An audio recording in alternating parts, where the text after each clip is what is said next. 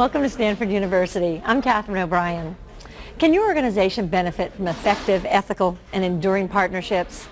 Today we'll hear how social influence makes that possible.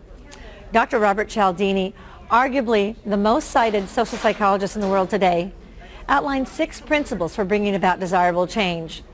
Let's listen as he tells how the non-manipulative use of those principles makes the people in your organization feel personally committed to the change.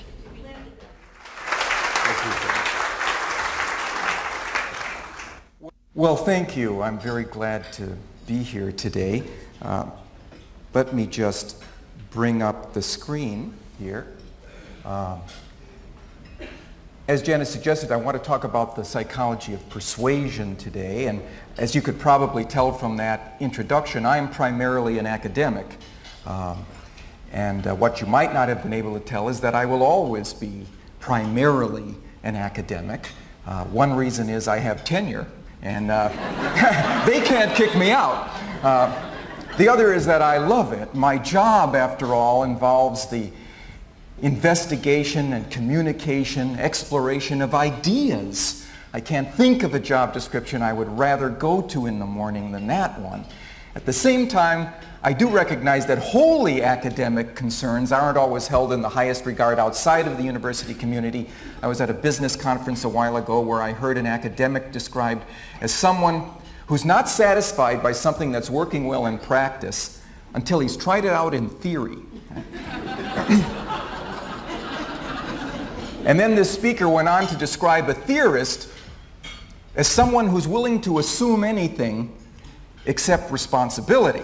And I think there's a regrettable amount of truth there, so I'm going to try to be different today. First of all, I'm going to do more than talk about the theory of persuasion, the theory of influence. I want to talk about the practice of influence. How it can be that one person can significantly increase the likelihood that another person will say yes to the same thing. The merits of the case identical in the way that the case is presented. Look, we know that in the modern world we have competitors who have good cases to make. We have good cases to make. The group that's going to get the lion's share of the business are those who can make their good case well. And that's what we'll talk about today. I'm going to leave it to you to have a good case to make, but we're going to learn about how to make that good case optimally so that people will move in the direction of the benefits that you can provide for them. The second thing I'm going to do, besides talking about the practice of influence, is that I'm going to take responsibility for what I have to say. I'll issue a guarantee right now that if you understand and employ the principles of influence that we talk about this morning, you will become significantly more effective agents of influence in your professional environments. Right? Now, these principles that we'll talk about are so fundamental, so universal, that they don't simply apply to your professional environments, although that's where we'll be spending most of our time discussing. They also apply to other contexts in which you find yourself and you want to be influential. They will allow you to be more effective in getting people to say yes to you if they are your friends, if they are your neighbors, if they are your family members. I'll even guarantee that if you understand and use these principles, you will get the most resistant of all audiences to be willing to say yes to you, your children. I'll guarantee you'll get your kids to say yes to you more often, okay? So after crawling out on that limb, let's see if I can come through on that particular guarantee by being specific. First of all, I want to be specific about a particular kind of influence, a particular kind of persuasion that I want to consider. It's compliance. The idea that we're not just interested in changing attitudes or perceptions or opinions. We want to change behavior. Getting people to say yes. It's the science of getting what you ask for. And I don't use this term science lightly. As Janet suggested, the art of persuasion is not the only route to success. There is a science to persuasion. There is a systematic study and a vast body of research, 50 years now, of scientific investigation into what causes people to say yes to requests when they receive them. We'll review what I think are the most important conclusions from that research. So we'll be talking about compliance, getting people to say yes, to do what you want, rather than just to think about it in a positive way. Another way I'm going to be specific is that when I do this program in a smaller group, let's say a half-day or a full-day workshop, I go around the room and I ask people what they want to get from the time that we have together. And invariably, at least one person says, well, I'll tell you what, Dr. Cialdini, I think the science of influence and the topic of persuasion are inherently interesting. They're engaging issues involved, I'm sure. But I'll tell you what I really want from this day. I want one thing that I can take back to my office and implement tomorrow morning and be more successful as a result. Give me one thing out of this day and I'll count it a success. Well, I'll tell you what, I'm going to give you more than one thing right now. I'm going to give you 6 things right now that you will be able to implement immediately upon going back to your office, because they have to do with things that you confront on a daily basis. I will answer the following 6 questions for you during our time together. Here's the first. If you have 2 options to present to a client, which should you present first? The more costly or the less costly one? Here's a second question. Is it better to tell prospects what they stand to gain by moving in your direction, or what they stand to lose if they don't?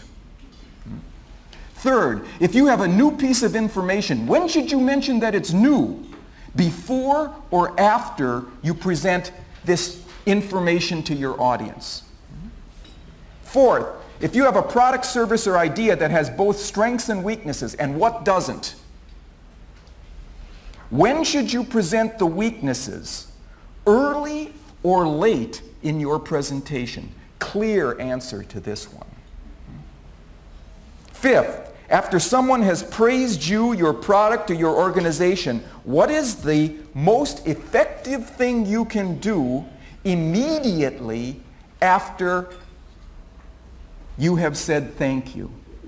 I'm here on campus to write a new book. The book is going to be called Moments of Power. And it has to do with the fact that in the course of social interaction, there are particular windows of opportunity where if you know how to identify that moment and what to fill that moment with, you will become significantly more effective. There is a moment of power immediately after someone has said thank you. What do you put in that moment? I'll tell you when we get to that section. Finally, to arrange for someone to like you and want to cooperate with you, what is the single most productive thing you can do before you try to influence that person to like you and cooperate with you? We'll answer all of those questions. Okay. Let's go back to the first one that we considered. If you have 2 options to present to a client, which should you present first, the more costly or the less costly one? And I'd like to answer that question, solve that particular puzzle, by solving a different one. It has to do with a mystery. At least it was a mystery to me when several years ago I encountered a newspaper article about a gift of humanitarian aid, several $1,000s of humanitarian aid that had been sent between the countries of Mexico on the one hand and Ethiopia on the other. Now, at the time, Ethiopia could lay claim to the greatest suffering, privation and misery in the world because of drought, because of internal wars, because of crop failure. The people of Ethiopia were dying by the hundreds every day. And so their relief agencies were calling out to the rest of the world for medicine, for money, for resources of one sort or another. It didn't surprise me then that several $1,000s would be sent between Mexico and Ethiopia. When I read further into the article, however, I was shocked to learn that the money had not gone from Mexico to Ethiopia. It had gone from Ethiopia to Mexico to help the victims of the Mexico City earthquake that year. Now, how do we explain that puzzling pattern of human behavior? The way I'm going to do it is in terms of the first principle of influence, the universal principle of influence, all right, that my research has uncovered. I've claimed that there are 6 laws, basic rules of human behavior that we can use to categorize and understand the motives that get people to say yes to requests. And here's the first one: reciprocation. In all human cultures, there is not a single society that does not train its members in the rule for reciprocation, which says, I am obligated to give back to you the form of behavior that you first give to me. If you invite me to a party, I should invite you to one of mine. If you remember my birthday with a gift, I should remember yours. If you do me a favor, I owe you a favor. And I'll say very simply, in the context of obligation, people say yes to those they owe. You can find evidence of this all around. I like to talk about a particular study in my classes that was done by a sociologist at Brigham Young University a few years ago. One holiday season, he decided to send holiday greeting cards to a sample of perfect strangers around the country. He just went to phone books in different cities, he closed his eyes, he picked a name, and he sent these people a Christmas card. He was expecting some kind of response. He was not prepared for the flood of cards that came back to him from people who didn't know him from Adam. That's how it works on all of us. We feel an obligation to give back to others what they have given to us. As I say, I talk about this in my classes. I had a student a couple of years ago come up after class. This is a little different student than most. She's a woman who had raised a family in Scottsdale, Arizona, where I live. She came back to get her degree, and she said, Dr. Cialdini, you have just solved a decade-long mystery in my home. She said, about 10 years ago, we got a Christmas card from some people in Santa Barbara, California, the Harrisons, and I didn't remember any Harrisons in him. I asked my husband, he couldn't place the Harrisons, and my kids were too young, and she said, with a great amount of effort, I resisted sending them a card that year because I was sure it was a mistake. But the following year, we got another card from the Harrisons. So I sent them a card. We're now in the 10th year of exchanging cards with these people. I still don't know who they are. That's how it works. Now, here's why it works. It works the way it does because every human society that trains its members, every group, every organization that plays by the rules of reciprocal exchange gains an enormous competitive advantage. It is that within that group, whoever needs help, resources, time, attention, staffing, whatever it is, can call on other members of the group who feel free to send those resources because they are not sending them away. Now that's profound.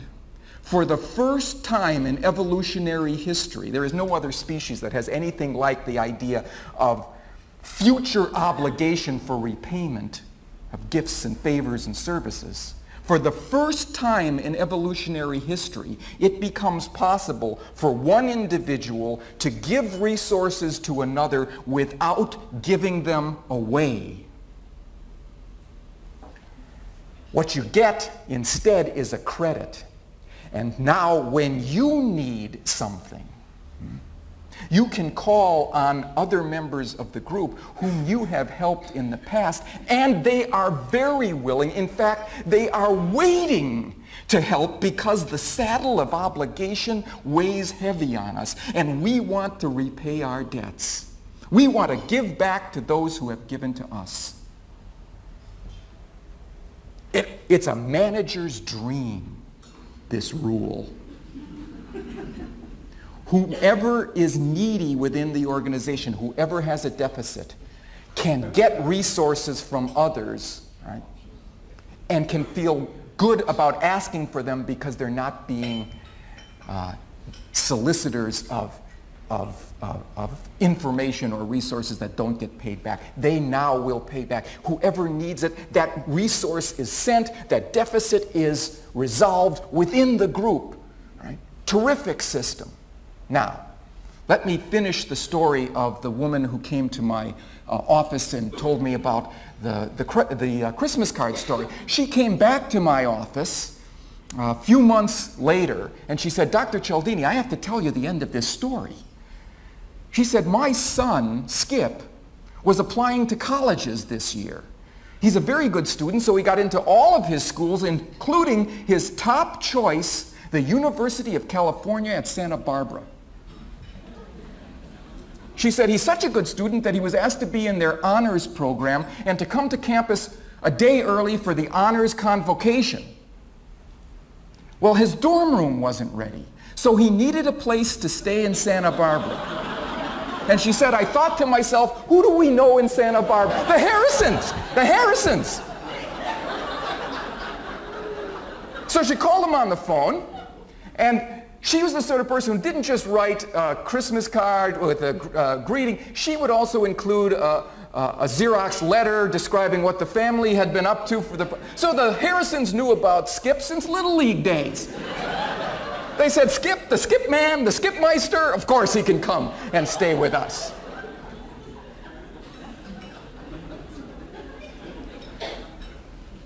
That's now. Here's the other side of that. Should the Harrisons ever have a son or a daughter traveling across the country who needs a place to stay in Arizona, well, my student and her family have to be willing to live by the rule and give back, but why not? Now they have what the Harrisons need. It's a terrific system. We should not bungle this system away when it's right in our... We should master the art of exchange. Exchange is the initiator that begins relationships that create partnerships, alliances, and allegiances. And it means you should be first. The implication of this is if you want to set the tone for the relationship that you want to engender and cultivate, you act first. Your question when you go into a room where you want to be influential is not who can help me here? It should be whom can I help here? Whom can I genuinely advantage, especially in a business way? How can I promote the business prospects of the people in this room, and they will now want to promote the business prospects of you and your organization. Now, we have to be careful not to fumble this one away. It's easy to do. Let me give you an example. Suppose you go back to your offices after this event, and there's a phone call for you from somebody within your organization, maybe somebody outside of your organization, who you would like to be able to influence in the future. This person needs a favor from you. Let's say she's doing a presentation tomorrow and is working on it and realizes she has a gap in her knowledge. But she thinks that in your files, you have the data that will fill this gap. And she asks you, would you go to your files, get that information out, collate it, get it into a table for me, and get it to me by the end of the day so I can get it into my PowerPoint presentation? Right? Well, you've just come back from this meeting. There are emails, there are other phone messages, there are notes taped to your door, but you say, okay, I'll do it. And you spend 3 hours getting this information. You even drive across town, you get it to this person on time, and the following day she calls you up to say, thank you, I really appreciate that. And how many times have you heard yourself say in response, don't think anything of it. No big deal. It's okay, just part of the job. I would have done it for anybody. Sound familiar? Well, you have just fumbled away one of the most powerful principles of influence we have. And you don't want to do that. The whole system works better when people who give also receive in return. Otherwise, they're not willing to give in the first place. You have to be willing to accept what in return for what you have given. So what do you say when that person says, thanks, I really appreciate that. That was above and beyond the call of duty. Well, what you don't say is, yeah, and you owe me one now. Buster, no. That's going to produce resistance and resentment. Here's what I'm going to recommend that you say instead. Oh, sure, listen. I know that if the situation were ever reversed, you'd do the same for me. You'd do the same for me. You see what you've done with that one statement? You haven't dismissed the genuine, you have put people on record. Yes, there was a genuine favor that was done. You haven't overblown it. You've simply labeled it as such. And I will guarantee now, the next time you need a big favor, you can ask this person, and the answer will be significantly more likely yes than no. And you know what else? You can wait a long time before you call in your favor. How do I know that you can wait a long time? I know it by solving the mystery of the Ethiopian aid. When I saw that newspaper report, I was puzzled. And I went to my university library to see if there was another journalist who had written about the gift of aid from Ethiopia to Mexico. There was a journalist who went to the head of the Ethiopian Relief Agency who had commissioned the funds and asked the question that I would have asked. Why did you do this? Your people are dying by the hundreds every day. You're calling out to the rest of the world for resources, and you just took thousands of dollars of your own people's resources and sent them to Mexico. Why did you do this? Well, you have to remember that Ethiopia has a very long-standing and sophisticated culture. And this man is reported to have straightened his backbone and said, because in 1935, when Italy invaded Ethiopia, Mexico helped us. Now, 50 years later, transcending the greatest privation and misery in the world, the rule for reciprocity triumphs. This is not to be bungled away when it is right there in our environments, waiting to be employed. Okay, now, one more thing about this rule. It doesn't just apply to gifts and favors and services. It also applies to concessions that people make to one another in negotiations. If you and I start out with two incompatible positions on some issue, you want this, I want that, and you were to say to me, I'll tell you what, Bob, I'll move from my extreme position over here to a more moderate one. If you make a concession to me, If I'm going to live up to the rule that says I have to give back to you what you've given to me, I have to make a concession in return. I have to meet you halfway. I know that that would work on me. It did work on me. A few years ago, I was walking in front of my university library. I was approached by a young man who was a Boy Scout selling tickets to the Boy Scout circus to be held that Saturday at the local Coliseum. $5 a piece for his tickets. I declined. But before I could walk away, he said, "Oh, well, if you can't do that, would you be willing to buy a couple of our chocolate bars here? They're only $1 a piece." And I bought 2 of his chocolate bars and immediately recognized that something important had happened because I don't like chocolate.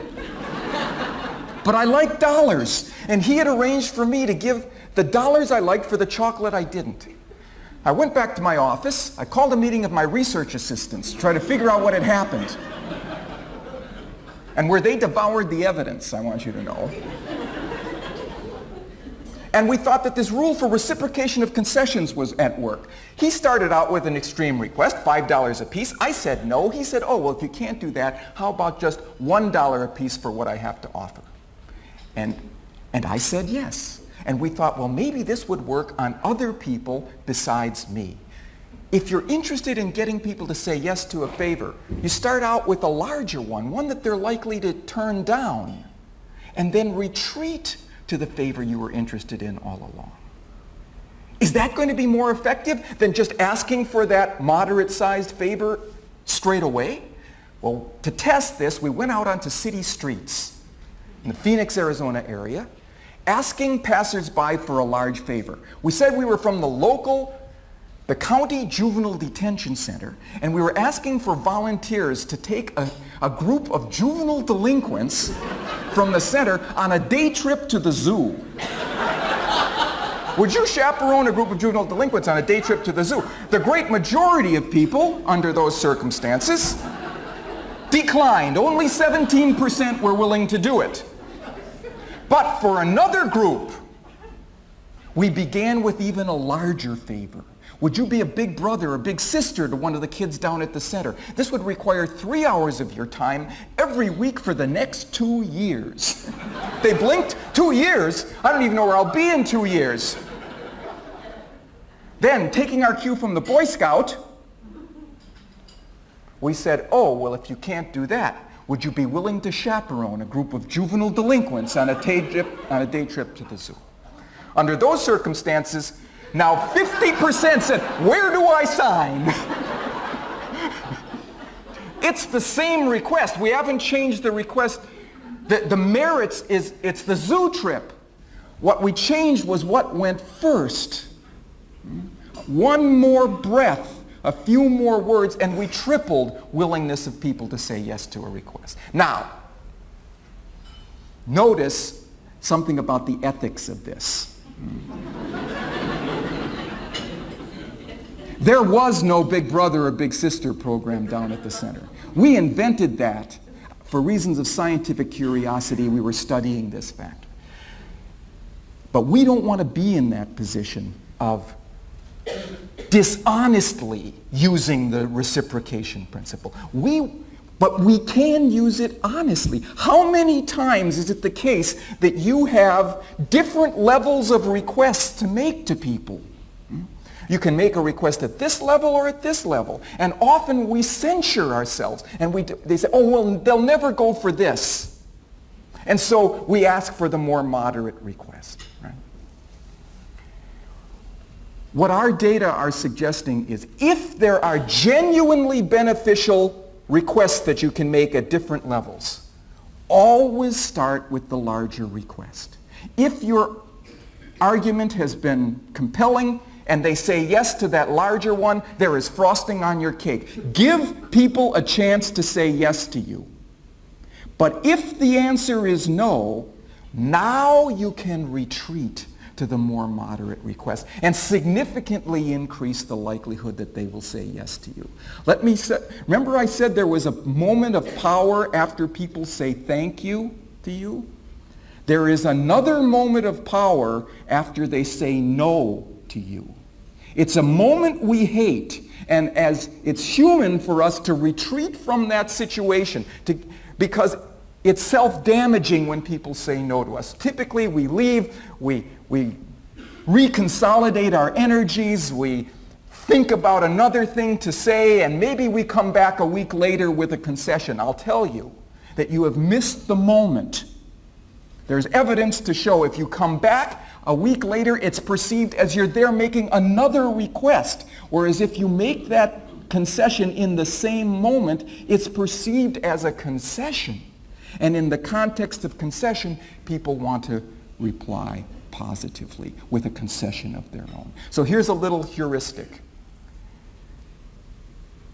If someone has said no to you, if you retreat from the situation, you lose. If you retreat in the situation, you win. Okay, now let's go on to the next principle that I want to talk about. It's the principle of scarcity. Another universal principle of influence. People want more of what they can't have, right? What they can have less of. Here's my favorite example. I like it because it's a mistake that was made by one of the most effective and successful marketing organizations of all time, the Coca-Cola Company. Do you remember what happened back in the late 80s when the Coca-Cola Company took something away from us that we had normally been used to, the taste of the classic Coke, the old Coke formula, and they supplanted it with the new Coke, right? And they thought this was going to be a great success, right? Because in blind taste tests, the majority of people like the new Coke more than the old Coke. But let me read you what Time magazine, which calls this the marketing debacle of the decade and one of the worst 100 ideas of the century, says happened. When Coca-Cola announced that it was changing the taste of the world's most popular soda, it failed to foresee the sheer frustration and fury that the news would create. From Bangor to Burbank, from Detroit to Dallas, tens of thousands of Coke lovers rose up as one to revile the suddenly sweeter taste of this new beverage and to demand their old Coke back. My favorite example of this is personified in a man named Gay Mullins, a retired real estate investor in Seattle, who became a national celebrity by issuing anti-New Coke buttons and t-shirts, setting up a hotline for disgruntled and depressed callers, threatening to bring a class action suit against the company to make the old cola recipe public. He organized the Old Cola Drinkers of America, whose aim was to bring back the beloved soft drink at any cost, and it did not matter to Mr. Mullins that in 2 blind tests he expressed a preference for the new Coke over the old. It didn't matter because it wasn't the merits of the thing. It was the context in which the thing was placed. In the context of scarcity, people want what they can't have. What are the implications for you in this regard? It means that when you present an idea, a product, a service, a recommendation, you need to explain to people what it is about this that will give them something that they can't get anywhere else.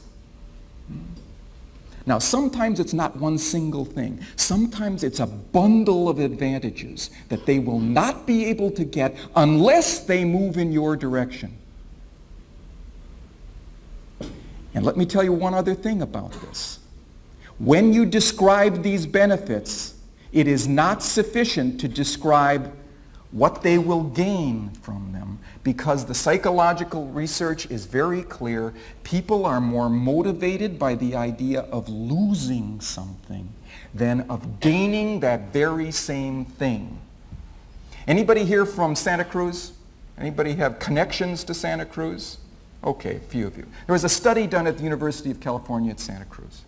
Researchers went door to door with a power official from PG&E who gave each homeowner an energy audit told them how to put insulation, weather stripping in their homes to reduce the loss of energy. And half of these people were told, if you fully insulate your home, you will be able to save 50 cents a day. The other half were told, if you fail to fully implement these actions, you will lose 50 cents a day. Significantly more people insulated their homes under loss instructions than under gain instructions. The same thing, but couched in terms of loss, resonated more powerfully with people. People are more interested in information about what they stand to lose than what they stand to gain. And we are fools if we don't give them the information that they want. I saw a recent study that showed in making their projections for the future, managers weight information about losses, potential losses, more heavily than information about potential gains. We're fools if we don't tell people what they want and need to make their decisions. So, when you present your recommendations, it has to be as well in terms of the benefits they stand to gain and what they stand to lose, the unique benefits that they stand to lose if they don't move in your direction.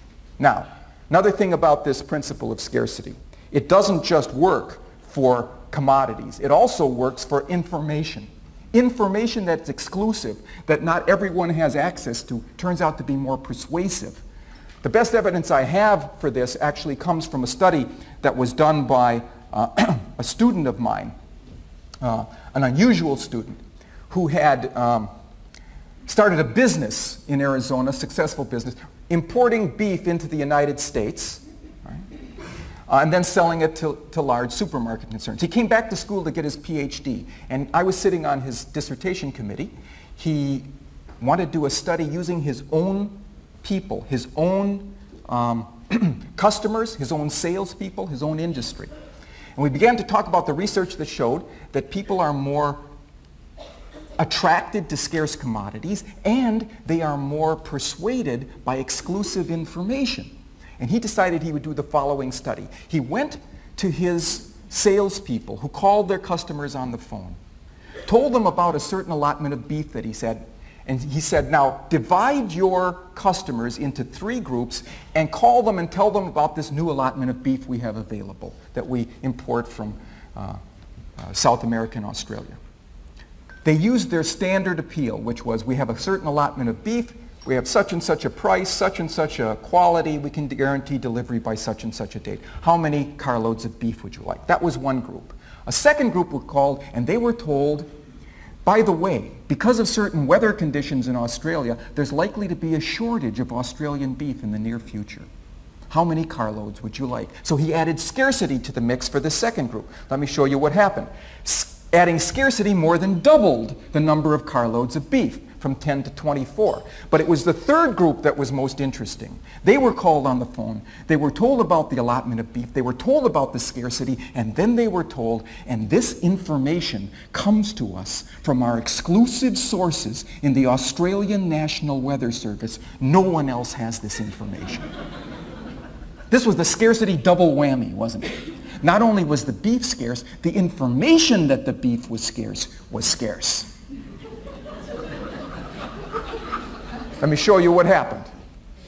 610% increase. It was the same beef. And this man came to me afterwards and said, you know, Dr. Cialdini, all of this was true. There was an impending shortage of Australian beef. This information did come to us through our exclusive sources in the Australian National Weather Service, and we never knew to use it before. Because he didn't know what the research says. Now you know what the research says. And here's the implication for you.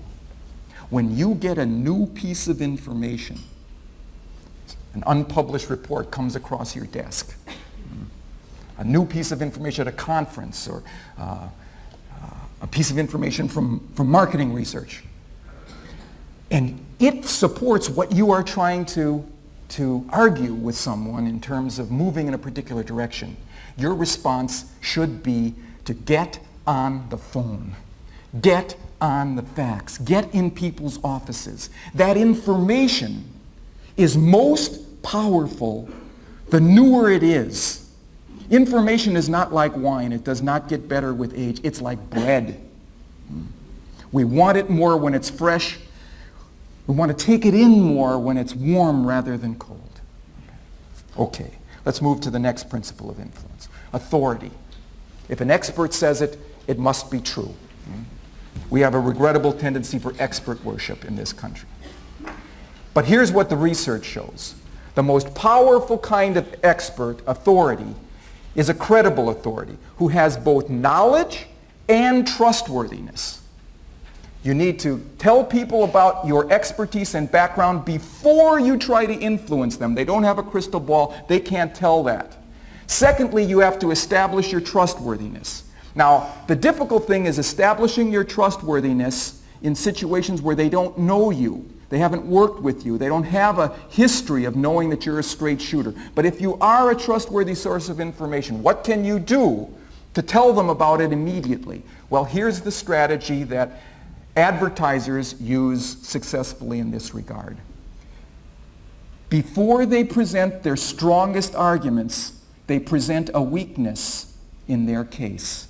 They raise to the surface a drawback in what it is that they're suggesting, and then they say, however, our strongest points overwhelm that particular weakness. What that does is establish you both as a source of information knowledgeable about the pros and the cons, and honest enough to bring the cons to the surface yourself before you present your strongest arguments. It's not what we typically do, but it's the right thing to do in terms of getting your arguments understood in the context of credibility, which makes your strongest arguments shine. Okay, next principle. It's the principle of consistency. Right? People are significantly more willing to say yes to a request that is consistent with what they have already said or done. Right? Let me give you an example. There's a problem that's been facing restaurant owners for a long time. No-shows. People who call on the phone, make a reservation for a table, and then don't appear. It's a big problem. There's a restaurateur in Chicago, Gordon Sinclair, who has solved this problem by adding 2 words to what his receptionist says. By using the principle of consistency, commitment and consistency, that people want to be consistent with what they have said publicly. Right? Here's what she used to say. Thank you for calling Gordon's Restaurant. Please call if you have to cancel your reservation. Now, what 2 words could she add to this that could significantly reduce the number of no-shows? Think about this in terms of the principle of commitment and consistency. What 2 words could get people to make a public commitment to call before they canceled their reservations? Anybody have an idea? Yes? Will you? Brilliant. Now she says, will you please call if you have to cancel your reservation? And no-shows have dropped from 30% to 10% immediately. 2 words, but they engage the power of a rule that people play by. So, one important thing for you to do is arrange for people not just to say yes to you verbally or to nod or to smile. Public commitment, and the most powerful form of public commitment is a written commitment. People live up to what they write down. Okay, next principle.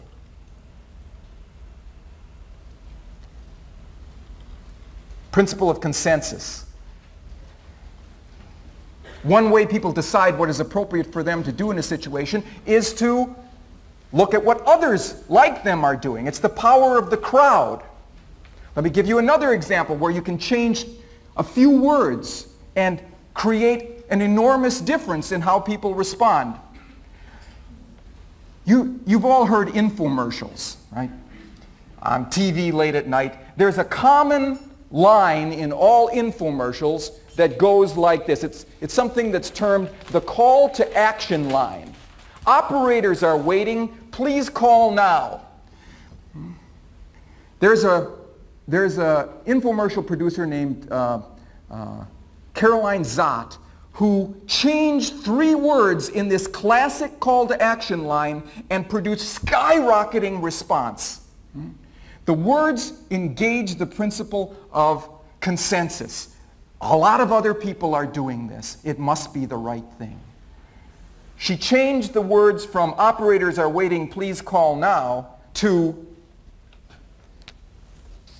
if operators are busy, please call again. And calls went through the roof. Think about the difference in these 2 images. Operators are waiting, they're sitting around, they're twiddling their thumbs. Or operators are busy, everybody else thinks this is a good thing, it must be a good thing, and people moved in that direction. Okay. Next principle, the principle of liking, and we'll finish here. People prefer to say yes to those they know and like, but we all knew that. Here are the factors that increase liking. Similarities, compliments, and cooperative efforts. We like those who are like us. We like those who do like us and say so. And we like those people who work with us in a cooperative way to achieve success. Okay? Now, I'm going to finish my remarks here and add one caveat before we open things for questions, which is, I could see that none of this was going over anybody's head. I mean, these weren't issues that are too complicated for us to understand. That's not the problem. That's not the problem. The problem is not in understanding these principles. It's remembering to use them when you are caught in the sweep of the moment, when you are trying to be influential and some situation appears where you have to go into a room and be successful. You can't remember all of this stuff that we've been talking about. We've been talking for 45 minutes here. You can't remember this. Let's see, this guy Cialdini, he was talking to us 2 months ago. Let's see, the 6 principles. There's reciprocation, there's liking, there's Donner, there's Blitzen, there's sleepy, there's sneezy. You can't remember these things, right? How can you do it? Here's how I'm going to help. For each of you, as you leave, I have a little laminated plastic card with the 6 principles of influence on it. Each of you gets one of these. You can put it in a pocket, you can put it in a wallet, a purse, and when you come upon an influence situation where you want to be more effective, take out that card. It'll tell you what's available for you to use. Are there similarities? Are there commitments that you can count on? Are there concessions you can make in this situation that you can think about ahead of time and so on? And if you do that, I'll be able to come through on my guarantee that you will become significantly more effective agents of influence in your environments. Now, this card, it is my gift to you.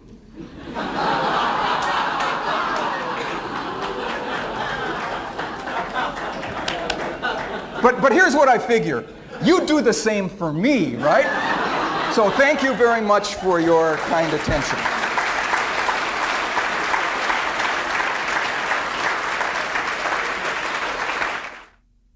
So here's the question. She said, do these principles all work equally well across cultures?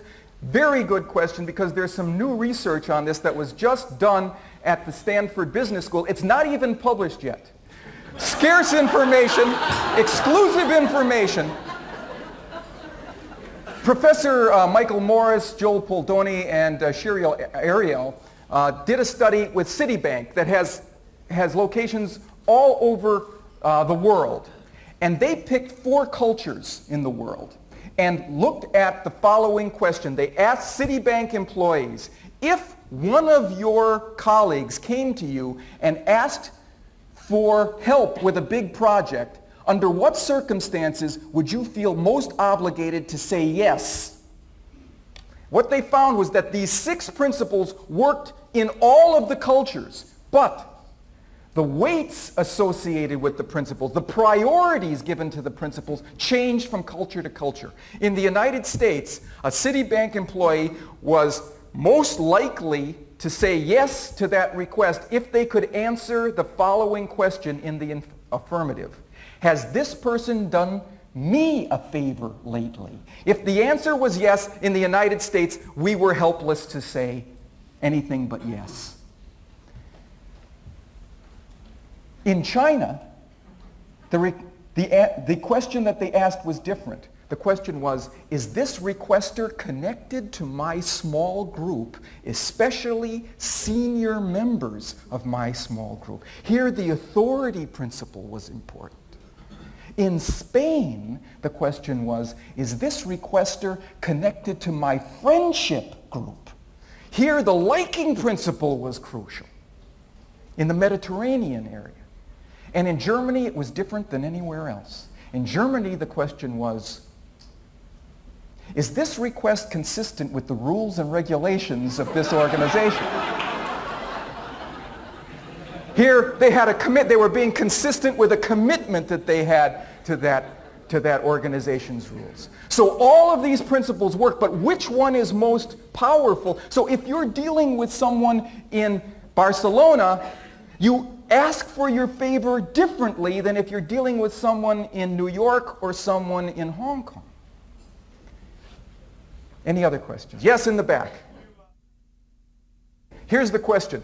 What if you're in a situation where you continue to give and then people don't seem to give back? I had a question like this a while ago. A man came up after one of my programs and said, you know, I have an employee, I'm about ready to fire him because I'm pretty generous about allowing him time off to go to the airport, to meet his in-laws, to take his wife to the dentist or whatever it is. I let him come in a little late or leave a little early. But when I need him to come in early or to stay late to work on a project, he says, no. I mean, my family's important to me. That's a 9-to-5 job. And he said, I'm about ready to get rid of this guy. And I said, well, try the following. He may think that he's entitled to those things rather than see them as true gifts that you're giving to him that time off. Maybe in his previous job, that was part of the way things worked. So the next time you give him something, when he asks for a little time off, say, well, and he says, thank you, I appreciate that. That's your moment of power to say, well, great, because you know, it's important for me.